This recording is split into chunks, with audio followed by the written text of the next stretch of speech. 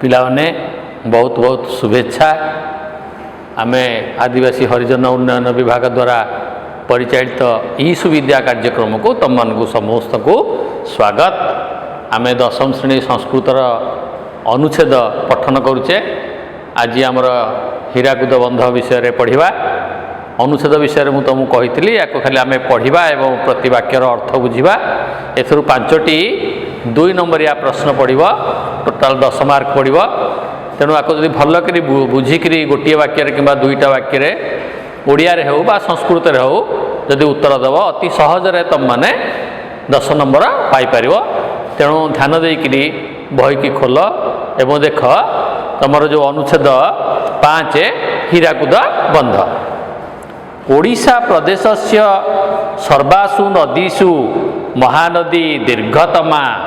एटा पिला माने तुम जानिथिबो आम ओडिशा रे सबुठारु दीर्घतम नदी है महानदी।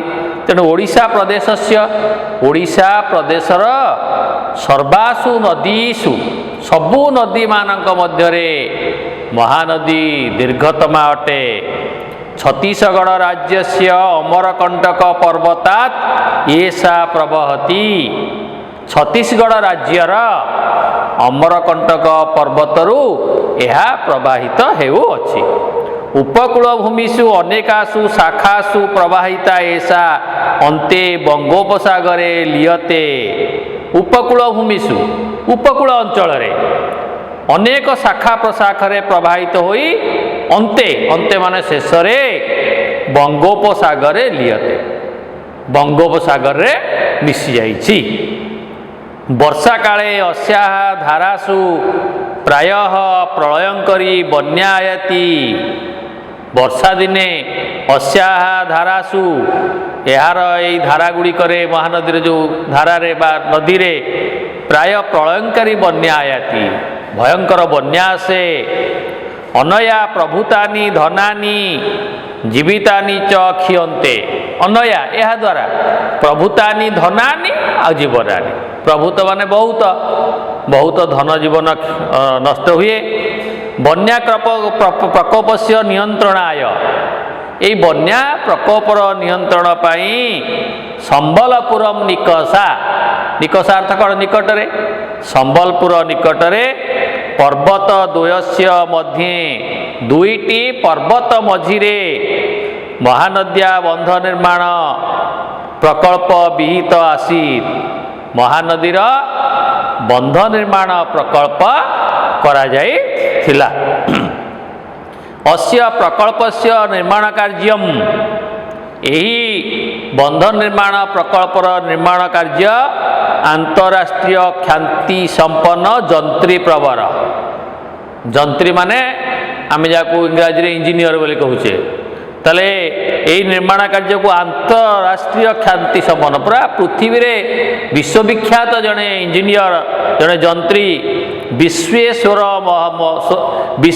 महोदया इंजीनियर विश्वेश्वराया से महोदय या संपादित करथिले। हीराकुद नामक स्थाने अयम बंध निर्मित। हीराकुद नामक स्थान रे यही बंधटी तैयारी करा जायथिला। ततो अयम बंध हीराकुद बंध इति प्रसिद्ध भवति। ततः तेणु अयम बंध यही बंधटी हीराकुद बंध इति प्रसिद्ध भवति। हीराकुद बंध नारे एडा प्रसिद्धि अटे।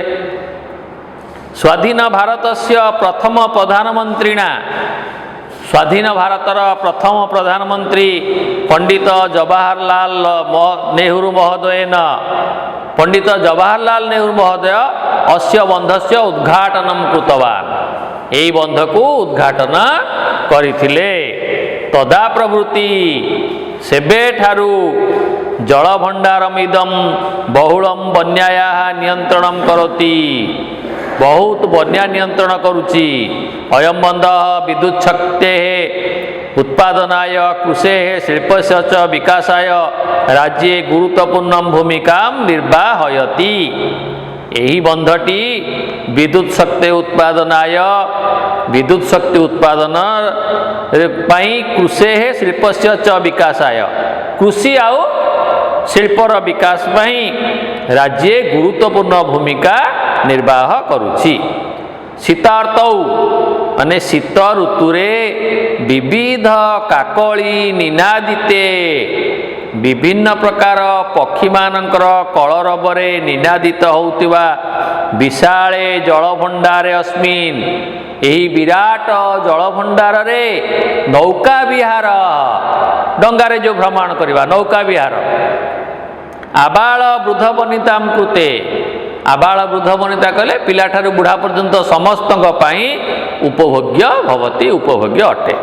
अतः वक्तुं शक्यते एणु आमे कहिबा ओडिशा प्रदेशस्य समृद्धौ ओडिशा प्रदेशर समृद्धि पाई हीराकुद बंधस्य भूमिका महत्वपूर्ण। हीराकुद बंधर भूमिका बहुत महत्वपूर्ण अटे। तेणु ये अभ्यास गुड़ाक लिखिदेव। तापरटा देख परबुद्धि भयंकरी तापर छटा देख परबुद्धि भयंकर माने अन्यर बुद्धि केमती भयंकर अटे से विषय वर्णना कराई।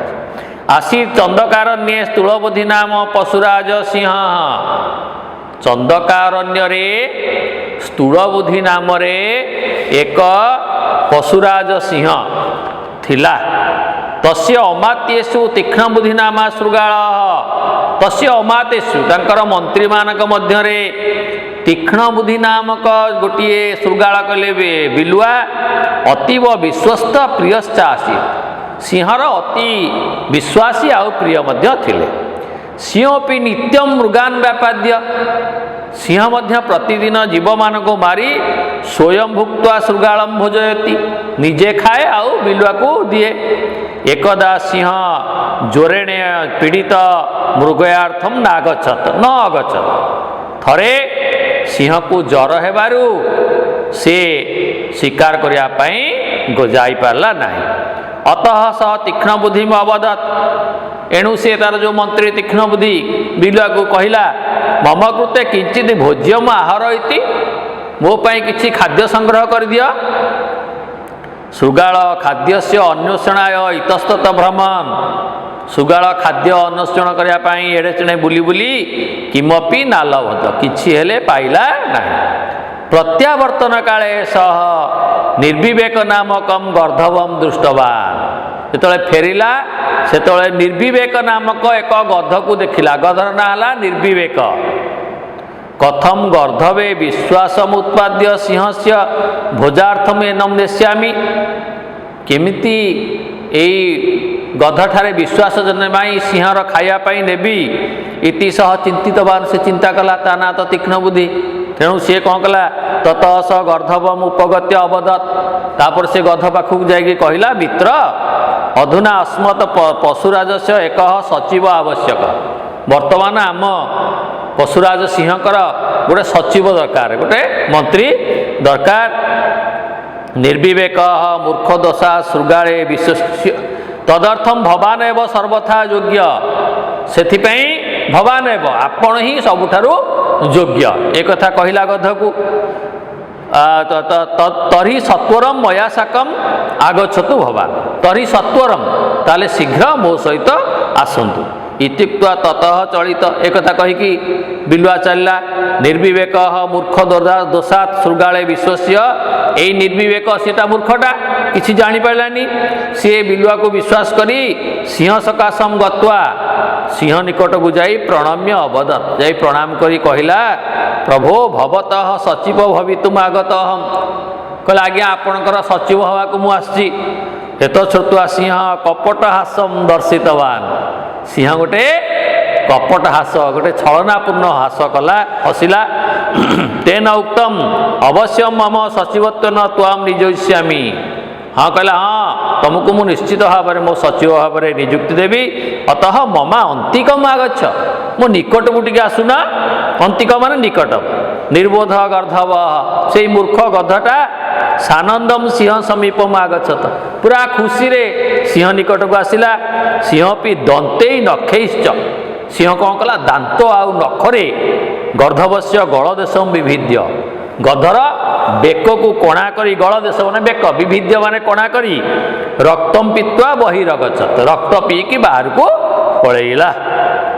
तत्रस्थ ଶୃଗାଳ तत्रस्थ ମାନେ ସେଠାରେ ଥିବା ବିଲୁଆ ସିଏ କ୍ଷୁଧୟା ମୂର୍ତ୍ତ ଗର୍ଦ୍ଧବସ୍ୟ ଶିର ଶୀଘ୍ରମ ଅଭକ୍ଷତ ସାଙ୍ଗେ ସାଙ୍ଗେ କ'ଣ କଲା ସେ ତ ବିଲୁଆକୁ ଭୋକ କରୁଥିଲା ସେ ମୃତ ସେଇ ମଲା ଗଧର ମୁଣ୍ଡଟାକୁ ଖାଇଦେଲା ଶିର ଶୀଘ୍ର ଅଭକ୍ଷତ ଜଲ୍ଦି ଜଲ୍ଦି ଖାଇଦେଲା ସିଂହ ବହିରାଗତ୍ୟ ସିଂହ ଯାଇଥିଲା ବାହାରକୁ ବହିରାଗତ୍ୟ ବାହାରୁ ଆସି क्व गतम गर्धवस्य शिर इति पृष्ठवान कहला ये गधियार मुंडटा कुआड़ गला बिलुआ को पचारला बुद्धि ही शिरसी विद्यते बिलुआ कहला बुद्धि हूँ शिरसी विद्यते मुंडरे बुद्धि अच्छी आ गर्धव निर्बोध हवती ये गधटा हूँ निर्बोध तार किसी बुद्धिवृत्ति ना अतः तस्य शिर क्व आ तार मुंड कौटू आसब तार तो बुद्धि किसी ना तेणु तार मुंड तार ना इति शृगाल अवदत एक बिलुआ कहला सिंहपि शृगाल से वचनम सत्य मन्यमान